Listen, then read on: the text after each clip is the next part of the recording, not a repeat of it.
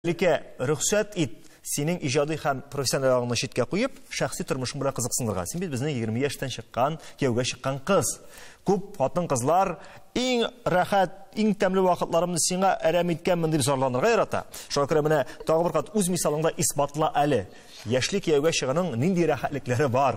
Мен 1 ел инде канатланып яшим. Чөнки чыннан да бу безнең динебез ягыннан да, милләтебез ягыннан тиеш эш бит инде кияүгә чыгып, гаилә кору, учак кору. Кыз өлгердеме бер кияүгә? Сорыйлармы? Шунда ук бирергә. Сораган вакытта. Сораган вакытта. Шуңа күрә мин рәхәтләнәм. Аллага шөкер, тормыш иптәшем менә дигән килгән күңелләребез туры килә. Ул мине бераз сабыррак булырга өйрәтә, чөнки мин кызулканлы, мин аны ашыктырам кирәк булган җирдә. Ул миңа кайбер җирләрдә мине тынычландыра, чөнки мин бөтен нәрсәгә бик хисси яктан карыйм, бик эмоциональ киләм.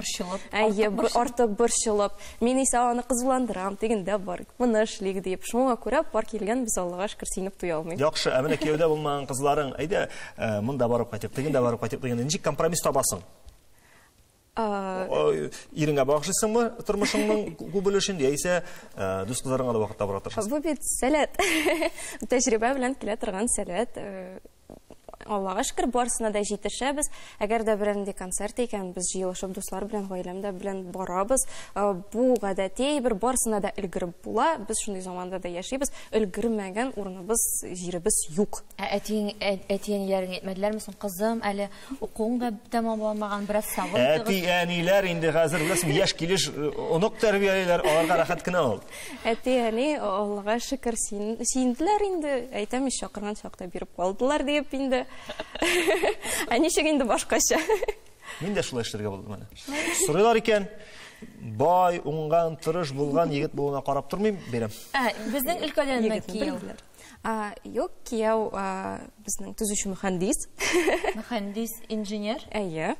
Инженер. Гарәп сүзе мөхәндис. Әйе, шулай итеп матур атыйман. Ләкин шундый иҗади күңелле кеше. Кызыксынуларыбыз уртак. Бүтән яктан, мәдәният ягыннан да, сәнгать ягыннан да.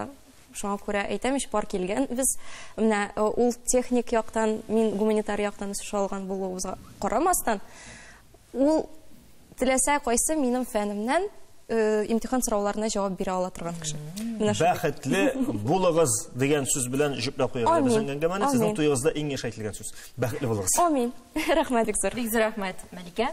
Бездә кунакта Шаян ТВ каналы алып баручысы Мәликә Хәйрулла булды.